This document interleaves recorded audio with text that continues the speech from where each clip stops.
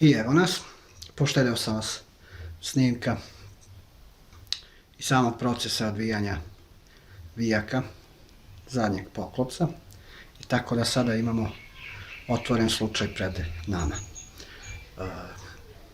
Sad, ja mogu dosta toga da kontrolišem u toku samog procesa snimanja, ali buku s polja ne mogu. Tako da, prilično je živo oko mene, što od ljudi i dece, što od petla koji je tu negde blizu vrata. I tako da, to je to. Elem, dve ploče, ovo ovde jeste napajanje, ova ploča ovde je glavna ploča ili ti logička ploča, dok je timer control ploča ovde ispod ovog ovde lima. Ono što sam primetio dok sam skidao poklopac, zadnji poklopac ovog uređaja, jeste da je već neko ovo otvara, to sam video po jednoj naprslini koja se nalazi ovde iznad. Druga stvar je sledeća. Evo, da malo zoomiramo. Ako uspemo, uspeli smo. Ovde vidimo dva obeležena kondenzatora, što će reći neko pre mene je ovo obeležio kao eventualno slabe kondenzatore, to jest slabe karike u ovom lancu, to jest konkretno u ovom napajanju. Ono što se može vidjeti kod njih jeste da pogotovo na ovom ovde postoji dobro ispučenje i on je loš, što nam ukazuje na to da ovaj kondenzator ovde uz ovaj, da su oni verovatno glavni uzrok nefunkcionalnosti ovog TV-a. Pa ajde i to da vidimo. Skinut ćemo napajanje sa ovog panela ovde i preneti na radni sto. Inače, čisto da naglasim, ne znam koliko ima smisla izmeriti izlazne napone dok ne zamenimo ova dva, a ko zna možda i sve ove ovde, celu grupu ovih kondenzatora. Neko će sigurno reći je prvo treba proveriti izlazne napone, međutim po meni to treba proveriti tek nakon što zamenimo ove kondenzatore, jer očigledno su u lošem stanju. A to ćete vidjeti i kada skinemo napajanje. Pre nego što se upustimo u bilo šta, ispraznit ćemo kondenzatore, to je bar ovaj glavni filter kondenzator. Za tu svrhu koristim otpornik od 5 vati 22 kiloma.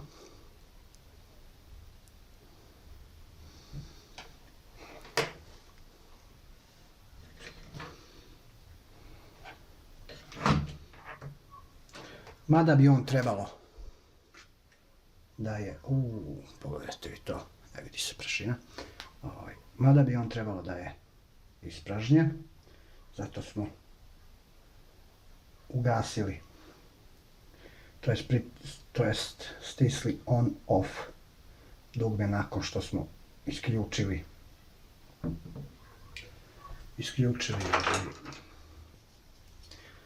televizor. Očistit ću malo ovde, samo neću na stol, to jest neću to na stolu da uradim. Tako.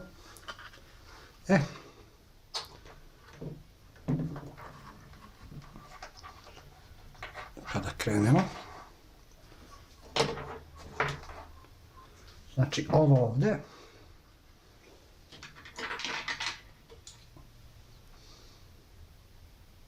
kako se vidi, ovo ovde su nam nožice filter kondenzatora glavnog, Znači, on je polarisan normalno, ovo je plus, ovo je minus, mada za pražnjenje istog. To je irelevantno, pa da krenemo.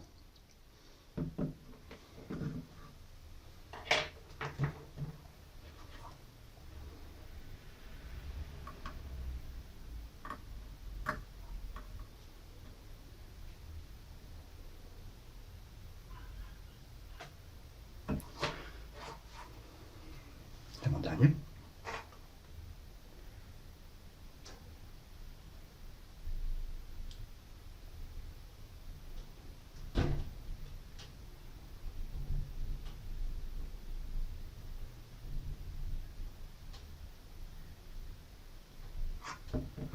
Ispraznit ćemo i ovaj, za svaki slučaj. To je samo mera predostrožnosti.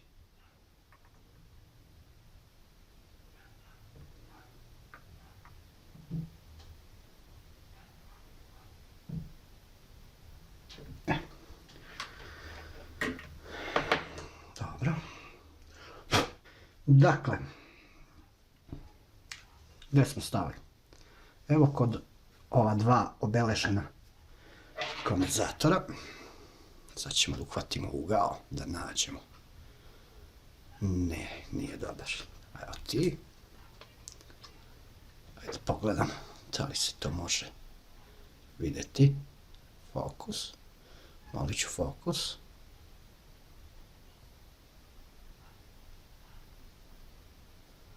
Ajde. Evo ga. Ovaj ovdje. Tu imamo ispučenje. Vidite. Ajde da ga izmerimo.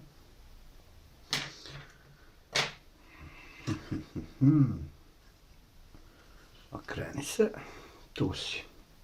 To je taj. Locirali smo ga. On je ovaj ovdje. Ajde prvo da vidimo njegovu kapacitivnost. Naravno. Izvadit ćemo ga iz kola i izmeriti detaljno, svakako. Ovo je čisto onako.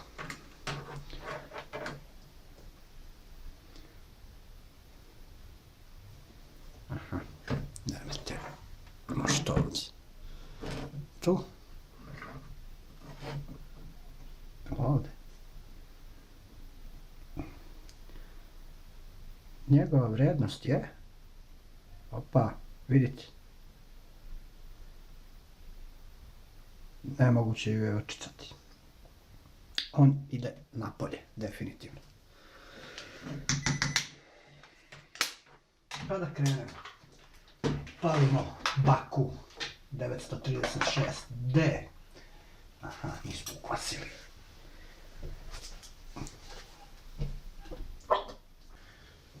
Moment samo.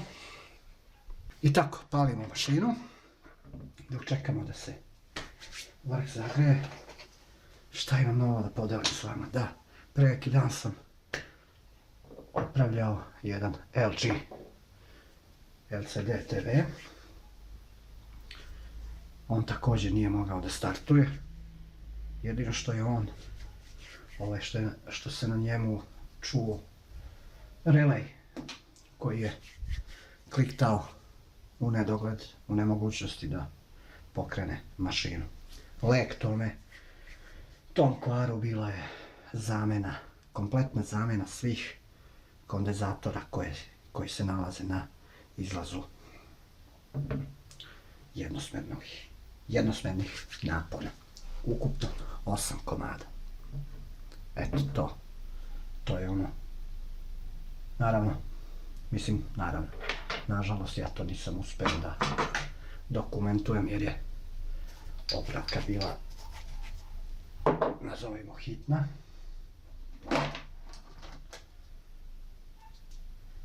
Pa i zato ćemo snimiti opravku ovog Samsung TV-a.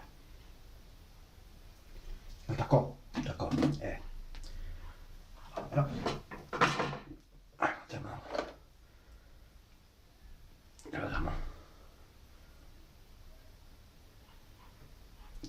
Gdje se više nalazi ovaj do njega, ha?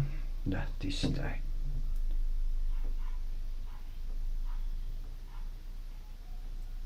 To je to. Opa.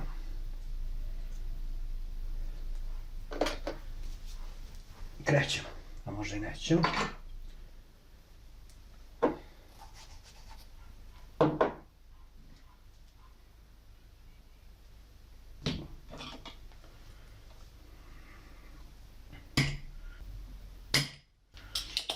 Tako što smo izvadili ova dva kondenzatora, očistit ćemo ovo mesto.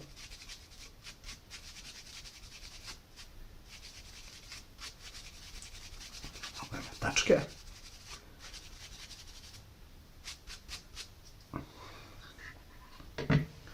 Naravno. Iskoristit ćemo ovaj 100% alkohola ili medicinskog benzina, šta već imate.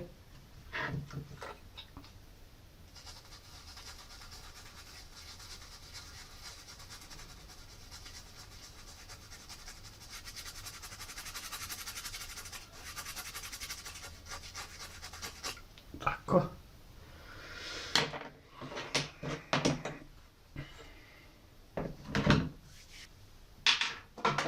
Ugasit ćemo plemilicu baku, a pre toga očistiti vrh. Dobro. Znači imamo dva kondenzatora. Ovaj veći je 25 volti na 1200 mikrofarada. Manji je 10 volti na također 1200 mikrofarada. Hajde da testiramo njihovu vrednost.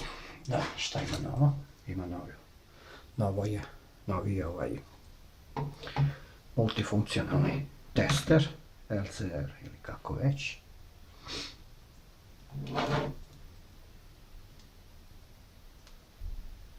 Vidjet ćemo koliko ovo zaista vredi. Ajde.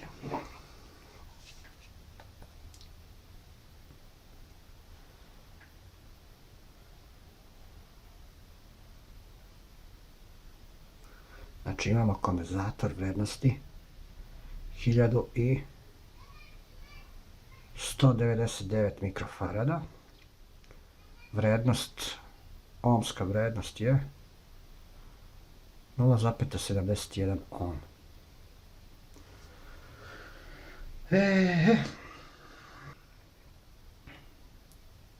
Šta smo rekli? 25 volti na 1200.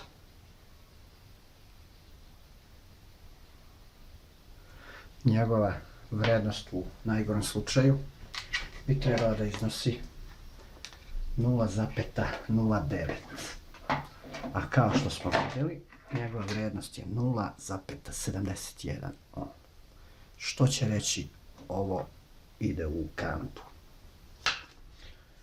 Čisto da vidimo vrednosti drugog kondenzatora. Evo ga. Znači njegova vrednost je 10 volti na 1200 mikrofarada. 10 volti na, znači negdje otprilike 0,19 recimo.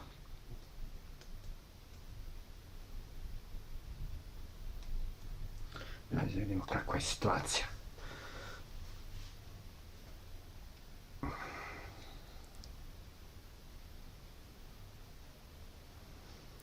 Aha, 255,5 mikrofarada. 2,3 ohma. Mnogo. Idu u kantu oba. A znate šta? Ja imam sve, ali baš ove vrednosti kondenzatora nema. Što znači morat ću da ih naručim.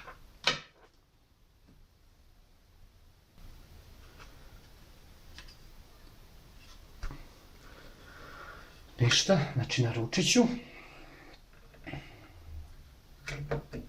To će potrajati 2 dana ovdje kod mene, a kod vas popravka ovog videoklipa nastavlja se upravo sad.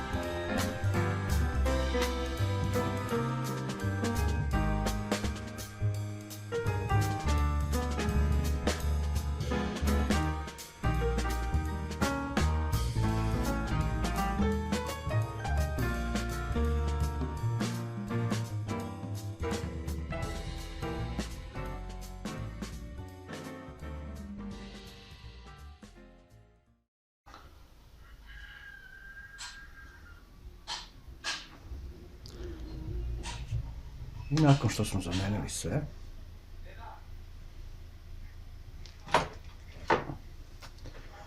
ovu grupu od 8 kondenzatora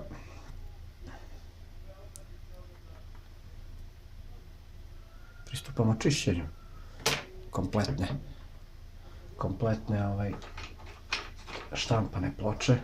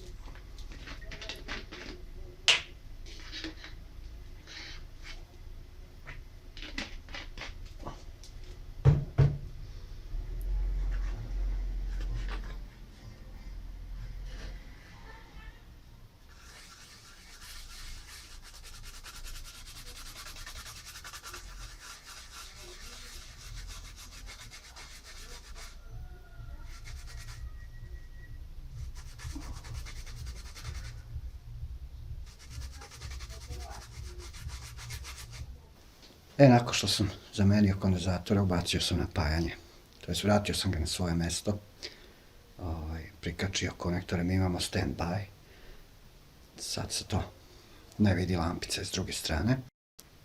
Ono što ćemo sada da uradimo jeste da testiramo, jeste da izmerimo napone.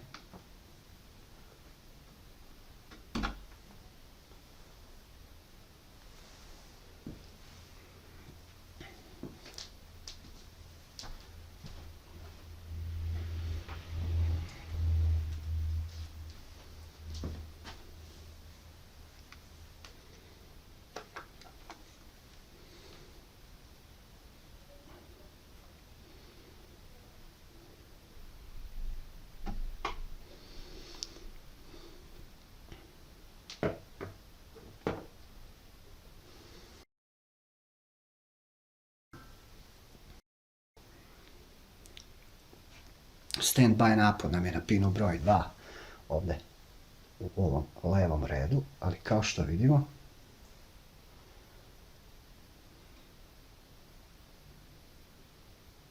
nakon što smo isključili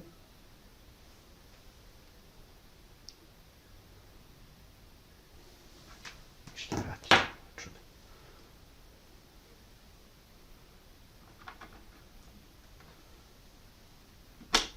Tako.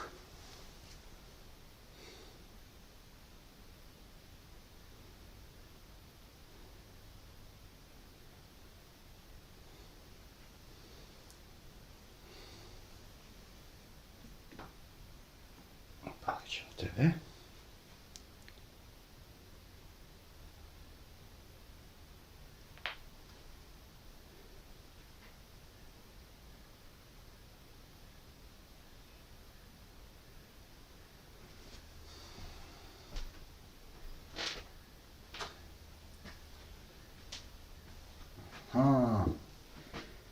Dešava se sljedeće.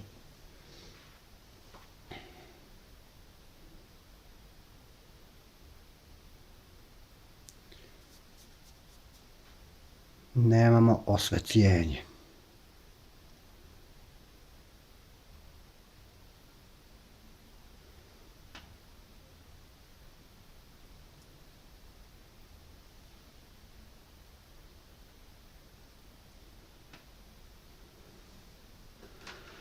Čisto da vidite šta se dešava.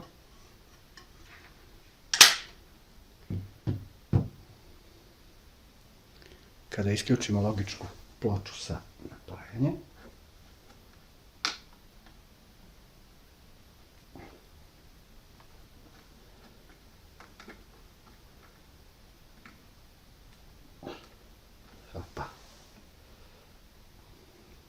isključit ćemo.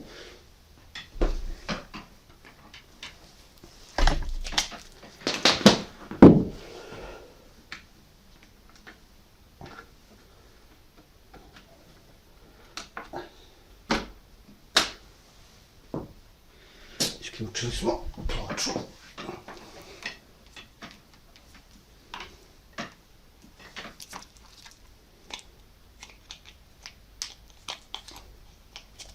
Tako, uključili smo TV. Kao što vidite, kroz ove rupice imamo osvetljenje.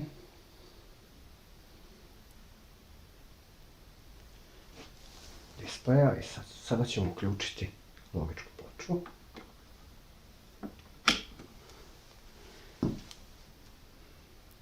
Izgubili smo osvetljenje. Palimo TV.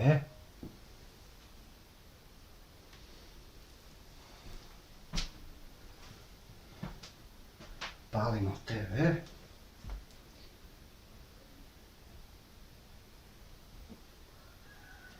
I šta dobijamo? Sada ćete vidjeti.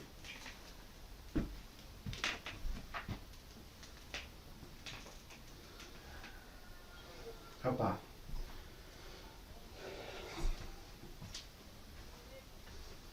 Pogledajte. Nemamo pozadinsko osvetljenje.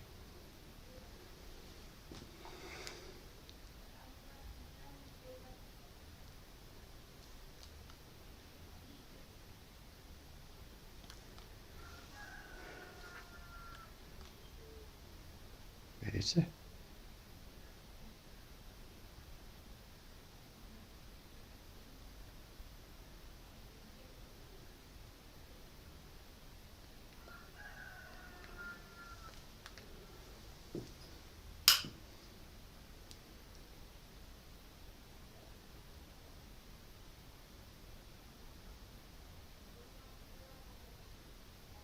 Problem.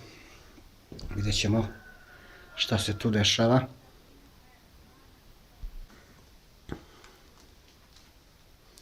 I evo nas. Televizor je opravljen, ljudi, znači vidjeli ste šta sam radio, znači samo sam zamenio onu grupu kondenzatora. Onda kao što ste vidjeli, to je bila tako tamna slika da se ništa nije vidjelo, ja sam se zabrinuo iskreno šta je to. Međutim, u čemu je bio problem? Problem je bio sad ću vam pokažem ako je to ovdje. Štednja energije. Evo tu. Znači bilo je na automatskoj. Evo štednja energije. Štednji. Znači problem je bio u ovoj opciji štednja energije. Pod opcija automatska. Ovdje smo isključili štednju i imamo sliku. Normalno. Sada ćemo podesiti osvetljenje na koje je ovdje na 75 otprilike. Tako. To. Pozadinsko svetlo na 8, 7. To je to kako bi zaštitili. I to je to. Televizor je popravljen.